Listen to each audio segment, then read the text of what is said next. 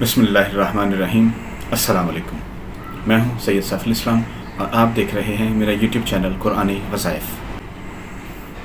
हज़रात गिरामी, कल मेरा गुज़र एक बाज़ार से हुआ। ट्रैफ़िक बहुत ज़्यादा थी और ज़्यादा ट्रैफ़िक होने की वजह से एक दफ़ा ट्रैफ़िक जैम हो गई। अब ट्रैफ़िक जैम हो गई तो मुझे रुकना पड़ा। मैं ट्रैफ़िक खुलने का इंतज़ार कर रहा था कि अचानक मेरी नज़र मेरी बाईं तरफ एक दुकान के होल्डिंग बोर्ड पर पड़ी, जिस पर फ़ोटोस्टेट मशीन की वो दुकान थी, जिस पर लिखा हुआ था असल से बेहतर। मैंने 3-4 दफ़ा उस जुमले का मुताला किया।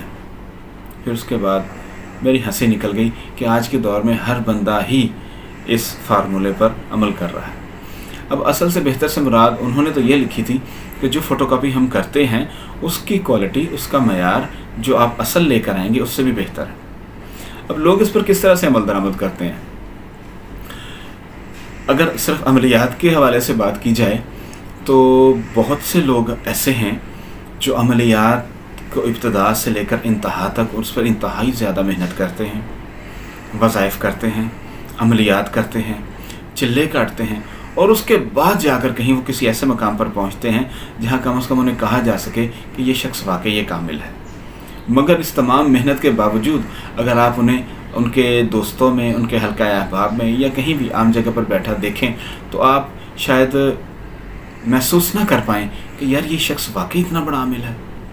जबकि इसके बरक्स वो जो लिखा हुआ था ना असल से बेहतर, उसके बरक्स जो वो दूसरे लोग हैं ना, वो सिर्फ चंद बुनियादी बातों को सीखते हैं, समझते हैं और उसके बाद वो अपनी आमिल होने की दुकान खोल कर बैठ जाते हैं।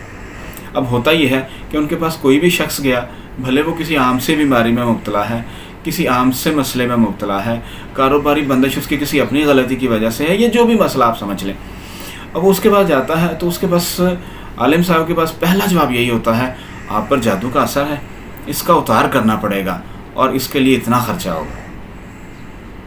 हालांकि उसे खुद नहीं पता होता कि अमल क्या है या इसका उतार क्या होगा।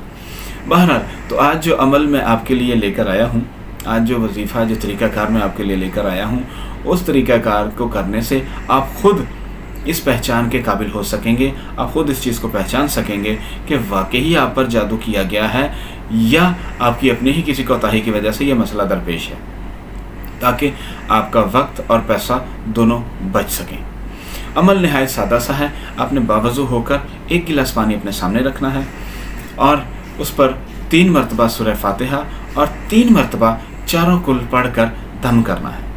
पानी पर दम करने के बाद आप ये पानी उस मुतासरा शख्स को पिलाएं जिसको कोई भी मसला लाहक है।